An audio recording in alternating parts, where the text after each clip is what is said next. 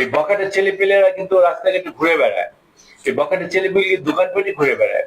দরকার পড়ে তাদেরকে উঠিয়ে নিয়ে আসবেন, তাদের গুছিয়ে নিয়ে যেখানে থাকার তাদেরকে ওখানে রেখে দিবেন।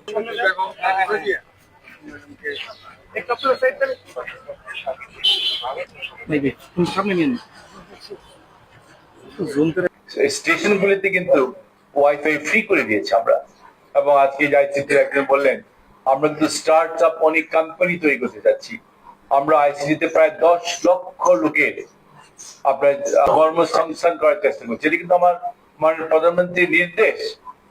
সুতরাং আমাদের প্ল্যান প্রোগ্রাম যেগুলো আছে আমরা ইমপ্লিমেন্ট করতে চাই। তারপরে কিছু কিছু রাস্তা আছে, কিছু কিছু ব্রিজ কালভার্ট আছে।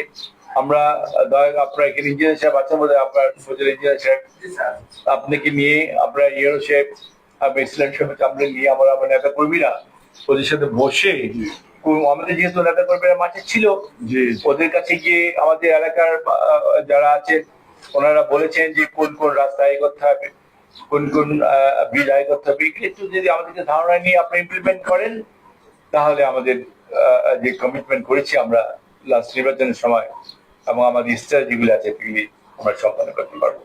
থাকবে না এখানে কোনো সন্ত্রাস, থাকবে না এখানে কোনো চাঁদাবাজ থাকবে না। আমি যদি কখনো কোনো চাঁদাবাজ সন্ত্রাস মুক্ত না দিই তাহলে তো আপনাদের উপরে আমি চড়াও হবো বলে দিলাম, আপনাদের উপরে আমি চড়াও হবো বলে দিলাম। আরিফ সাহেব, আমি কিন্তু ভালো, আবার খারাপ হলে কিন্তু আবার একটু খারাপ। প্লিজ, আমি কিন্তু একটা কমিটমেন্ট নিয়ে এখানে এসেছি। ধনবাড়িবাসী যেন মনে করে যে আমরা শান্তিতে নিরাপদে আছি, এটি কিন্তু অ্যাসিউর করতে হবে আপনাদের। এবং এই দায় দায়িত্ব ওসি সাহেব এবং আমাদের আরিফ সাহেবের, এবং সঙ্গে তো আমাদের এক্সিলেন্ট এবং আমাদের চেয়ারম্যান মহোদয় তো আছেনই।